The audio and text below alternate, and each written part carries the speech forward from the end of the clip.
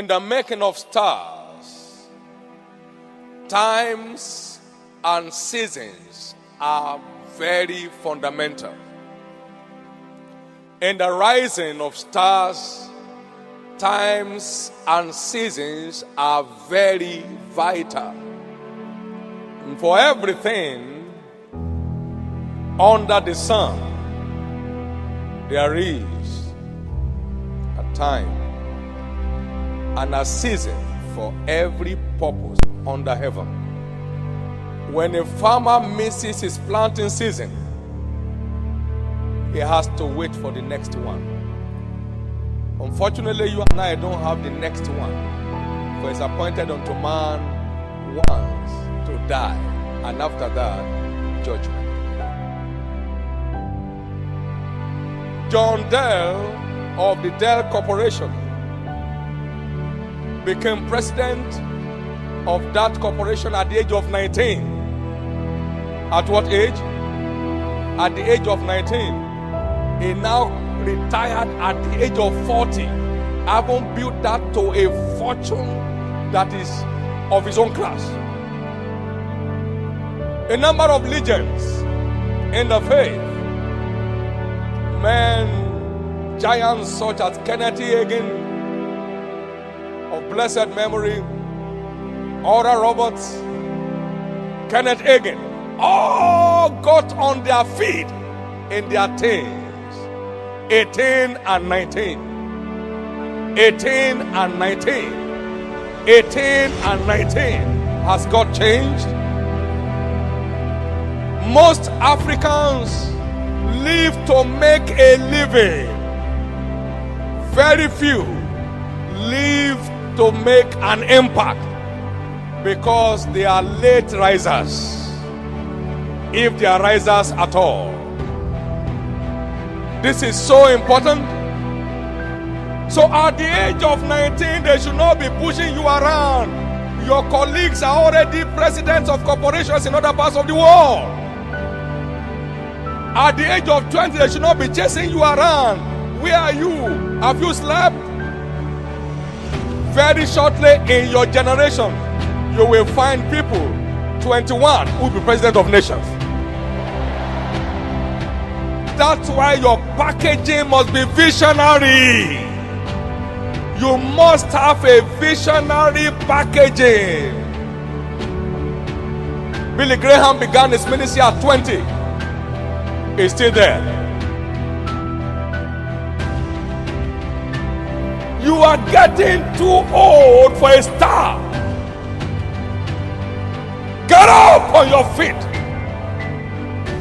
and make your moments count. We are in a race. We are not in a fun. The earlier you enlist in the race, the greater the possibility of your stardom. It's not about hanging around. It's about making life count on a visionary platform. You don't have a spare life. Strive to make the most of this only life you have.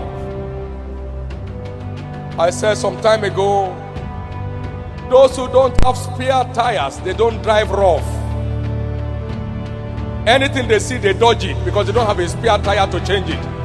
You don't have a spare life, so stop driving rough. If this tire punctures, you are grounded. Stop living rough. You don't have a spare life. Stop driving carelessly. You don't have a spare life.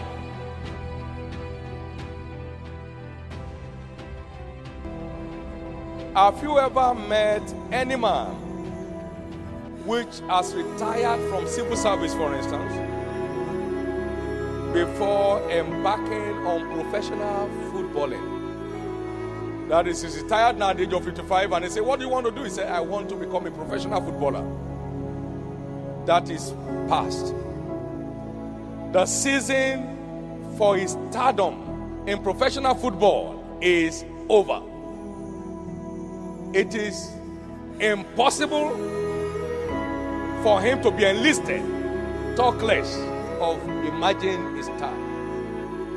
Have you ever met a professor who has just retired from his university and is now out to enlist as a professional athlete to run 100 meters race or run 800 meters race? Is late. The season for enlistment is past. I'd like you to listen very carefully, because Paul the apostle calls it a race, and he also calls it as it were a wrestling. So fight I, not as one bit in the air or boxing. These are not things you can enlist in after certain season in your life. You are no longer eligible for enlistment after a particular season of your life. There is a season for enlistment. When you miss that season, like an old English adage, once an opportunity once lost can never be what?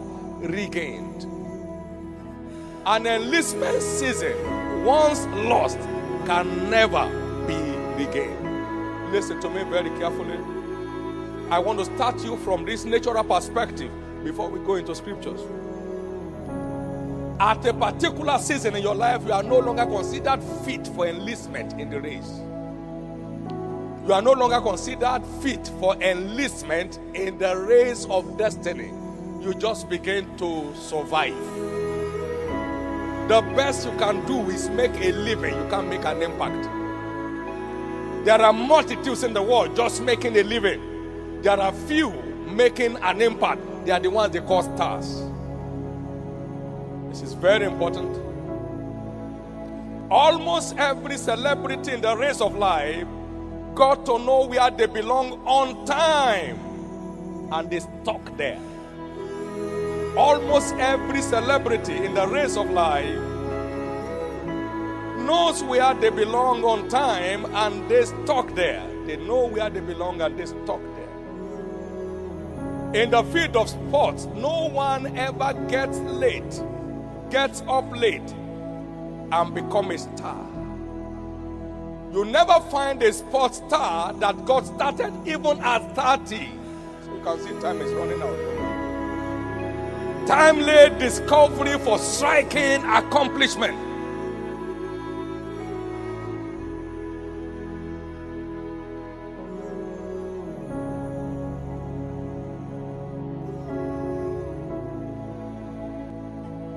Joseph the Great, in Genesis 37 verse 2, at the age of 17, he caught a vision.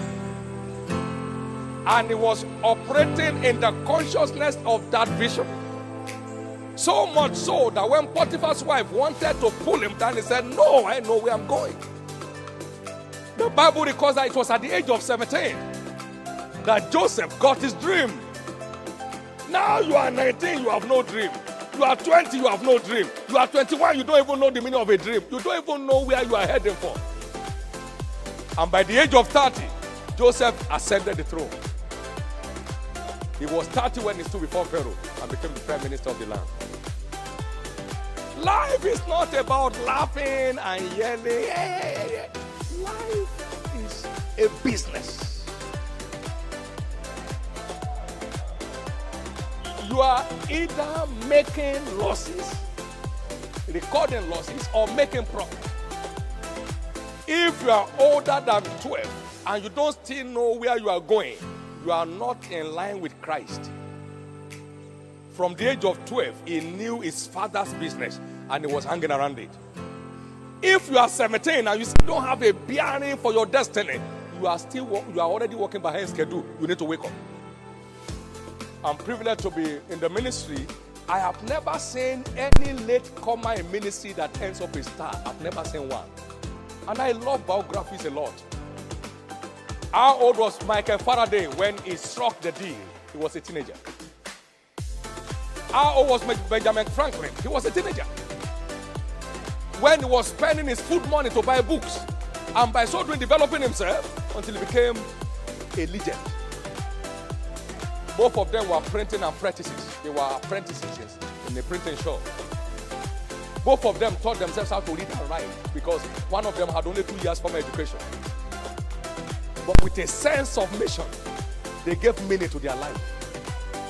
You know how many schools you have gone? Most of you are graduates already. These ones didn't go to school, but with a sense of mission, they made their life to count. Michael Faraday, who never went to school, suddenly became the envy of his professor that he was a lab attendant with. He was a laboratory attendant when he emerged, a world-acclaimed scientist with a sense of mission. I'm happy you are quiet.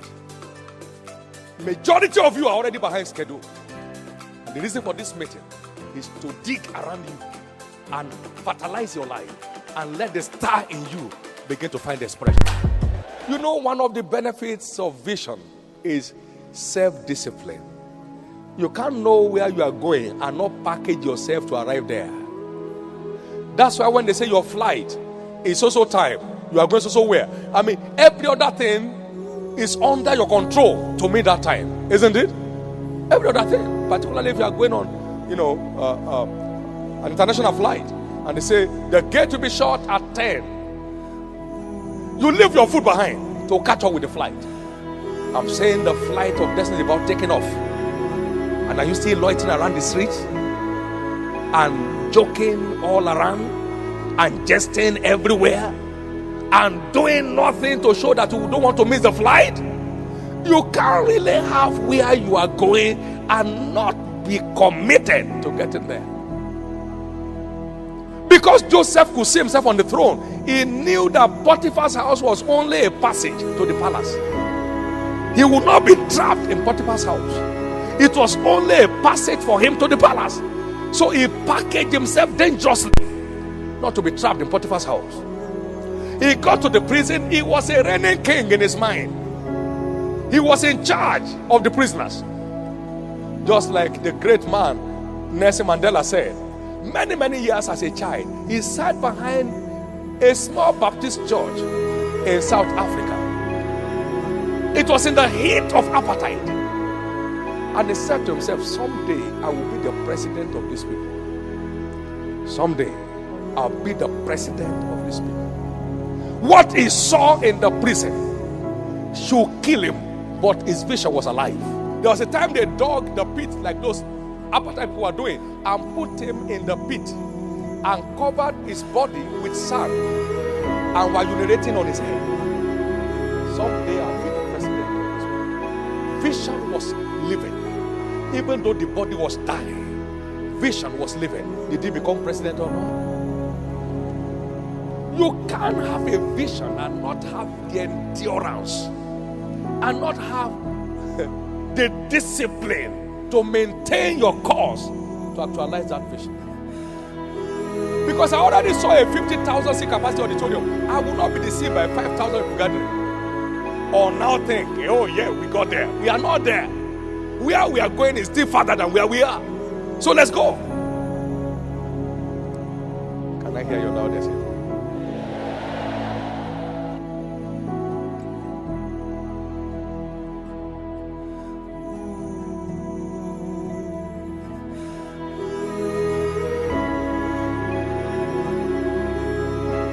If we must not despise your youth, then live responsibly to make us respect your views.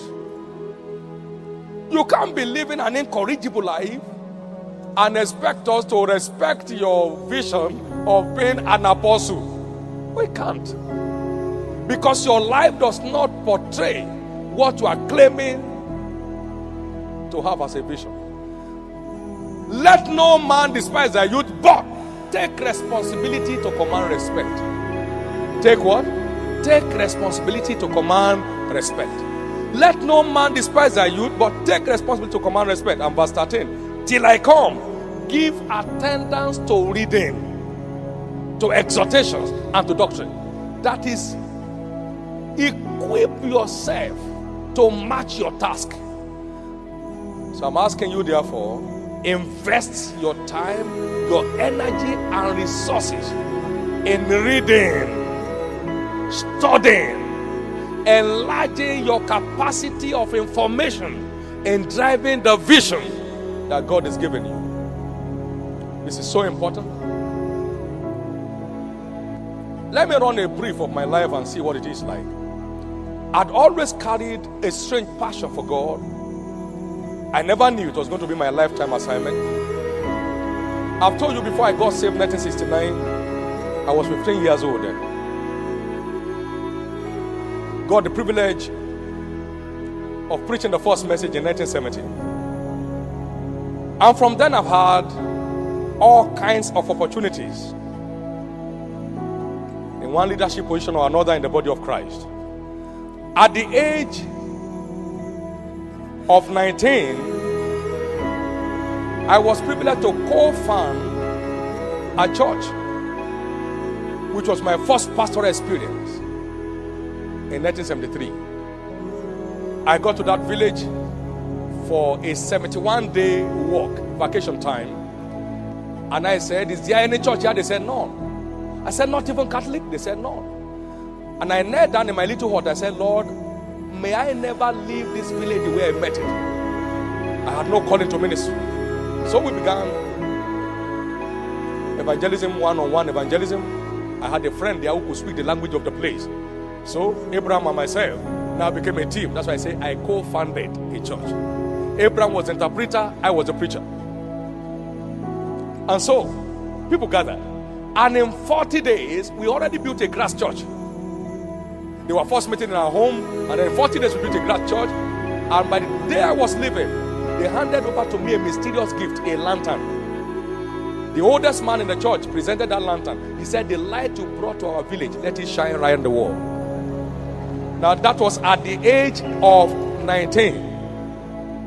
We handed over that church to the UMCA mission when our time there was over, and they took over the church to carry on the assignment. I never knew my passion was only an expression of the plan of God that I had not known. Suddenly the mandate was delivered when I was 27. Now I'm 53. I've not wasted any aspect of my life. My prayer for you is that you get your bearings right on time.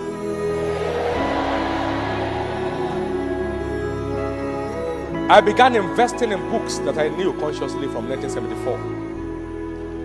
I'm buying and reading, buying and biting.